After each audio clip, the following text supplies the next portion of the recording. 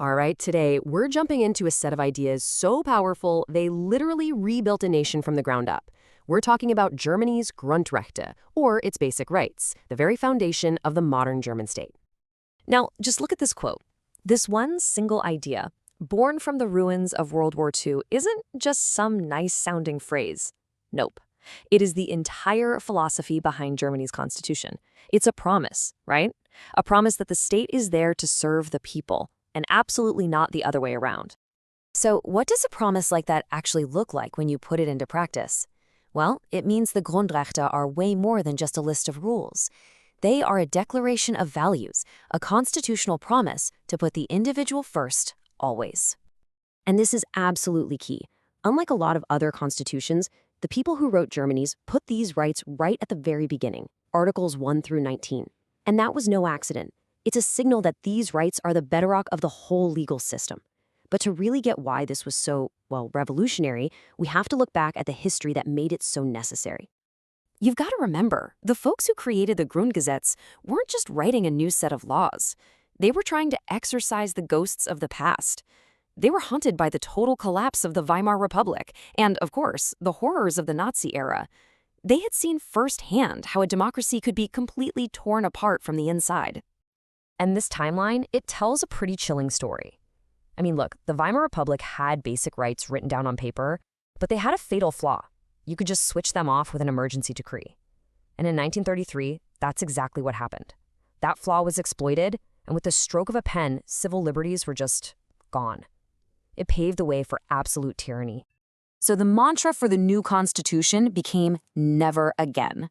This wasn't just about writing smarter laws. No, this was about building a legal fortress, a firewall designed to make that kind of collapse impossible ever again. And that required a radical new idea right at the heart of the system. Okay, so how do you build that fortress? The solution was a concept that sounds a little technical, but its power is incredible. You don't just list rights, you make them binding law. Law with real teeth. This right here is the game changer. Unmittelbar geltendes Recht, which means directly applicable law. For the very first time in German history, an ordinary person could walk into a courtroom and actually sue the government for violating their rights. The state was no longer above the law, it was now subject to it. And this slide just lays out the shift perfectly. Rights went from being what one source called a piece of literature, something you admire but can't really use, to being a functional shield, a real tool for citizens to defend themselves. Okay, so you've got this powerful new shield. What does the blueprint actually protect? Let's take a look. At the core, you have these classic defensive rights, or Abwehrrechte. Think of them like a giant keep-out sign you can post on your private life, telling the government it can't just interfere with your freedom of speech, or your home, or what job you choose. But the real genius of this system is that it wasn't designed to just sit there, frozen in time. And this is where the German Constitutional Court comes into the picture. By interpreting the really broad language of the Constitution, like Article 2, the general right of personality, the court has been able to stretch these protections to cover things the original writers in 1949 couldn't have even imagined. You can see that evolution right here. It's amazing. A single foundational right from the 1940s has branched out to create a right to your own image, then a right to data privacy, and now even a right protecting your computer systems. The Constitution isn't stuck in the past. It's a living document that adapts to the modern world. And that adaptability is the ultimate proof that the Grundgesetz isn't some dusty old relic. It's a living document. It's a battlefield, really, where political fights leave actual, visible scars on the text itself. It's a constant reminder that the struggle for rights never really ends. Take this sentence, men and women are equal. Sounds pretty obvious to us today, right? Well, getting that simple phrase into Article 3 was a massive struggle, one that was fiercely championed by Elizabeth Selbert. And get this, she was one of only 4 women on the 65-member council. She had to fight tooth and nail against some really entrenched traditional ideas to make it happen.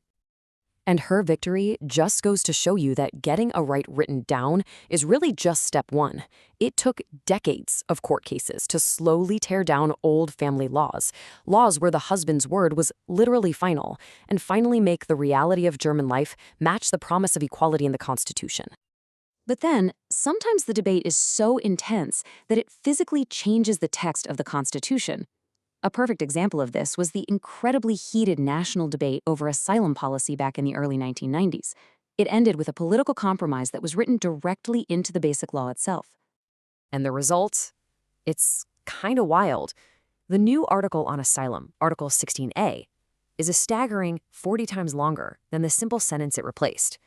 You can literally see how a messy, complicated political fight left a scar on the text, bloating it with all these complex rules and regulations. So, what's the big takeaway here? Germany's basic rights were born from a crisis, designed to be a shield for every single person. And for over 70 years, they've proven to be both an incredibly strong fortress and a remarkably flexible tool. But as society faces new challenges, things like artificial intelligence, climate change, the question on this slide gets more and more urgent. This living constitution is going to keep being tested, debated, and rewritten. Its story is far from over.